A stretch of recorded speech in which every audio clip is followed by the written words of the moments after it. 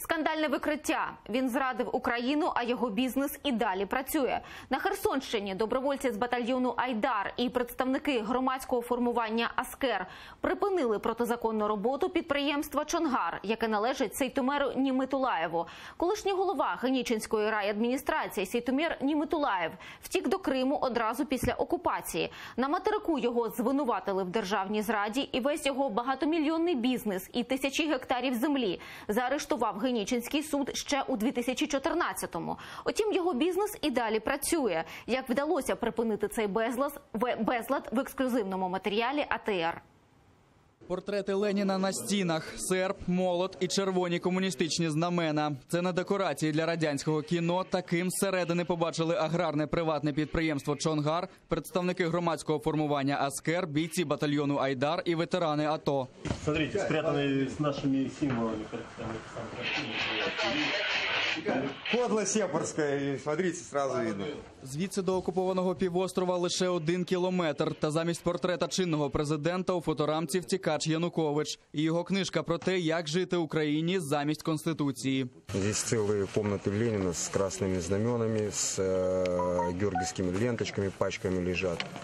Здесь портрет Януковича, здесь флаги партии регионов, всему тому подобное. То есть, на самом деле, в километре от фронта, когда такое гнездо находится, это довольно-таки опасно. Мы знаем, чем это может заканчиваться, когда появляются георгиевские ленточки на материковій Україні. Власник підприємства «Чонгар», колишній голова Генічинської райадміністрації Сейтумер Німетулаєв утік до Криму, щойно туди вторглася Росія. На материку його звинуватили в зраді України, і весь його багатомільйонний бізнес і тисячі гектарів землі заарештував Генічинський суд ще в 2014 році. Та це не заважає Німетулаєву і далі грабувати людей і з цих грошей годувати кримських окупантів. Добровольці вирішили покласти край діяльності агропідприємства, звернулися до правоохоронців, СБУ і представника президента в Криму. У зв'язку з тим, що жодної довіри немає до місцевої влади, просимо втручання президента України і наведення порядку у районах, наближених до Криму.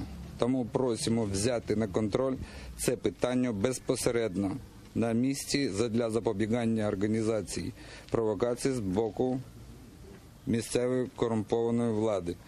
Підкреслюємо, що це безпосередньо стосується питання деокупації Криму. В офісі підприємства «Чонгар» ми знайшли десятки квитанцій про виплату матеріальної допомоги. 100 тисяч, 75 тисяч, 30 тисяч гривень власник «Чонгару» платив сам собі, тоді як працівники підприємства не отримували зарплатні по 3 місяці. Ми вже тут знаходимося 3 роки, і ми розуміємо, наскільки продажне це підприємство, яке, по факту, воно спонсорує просто сепаратизм і тероризм.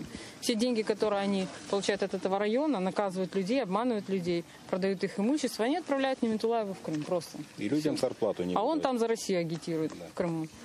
Людям они по 3 месяца зарплату не платят, говорят о том, что у них нет денег, а сам Ниметулаев ездит на Майбахе. І у кожного із членів сім'ї дворці. Цей чоловік назвався нічним охоронцем підприємства «Чонгар». Каже, приїхав сюди за вказівкою керівництва. Є руководство, я не знаю, що я підтримую. А зачем вы сюда приехали? Меня вызвали, сказали быть. Поліцейський патруль чекати довелось майже 2 години. Оформили заяву, опитали свідків, а приміщення підприємства «Чонгар» опечатали. Поки слідчі розбиратимуться, кому все-таки належить «Чонгар», біля приміщення чергуватимуть аскерівці і добровольці з «Айдару». Обіцяють не пускати сюди нікого, окрім правоохоронців. Ельдар Тарахташ, Тетяна Сулій, Заман, АТР.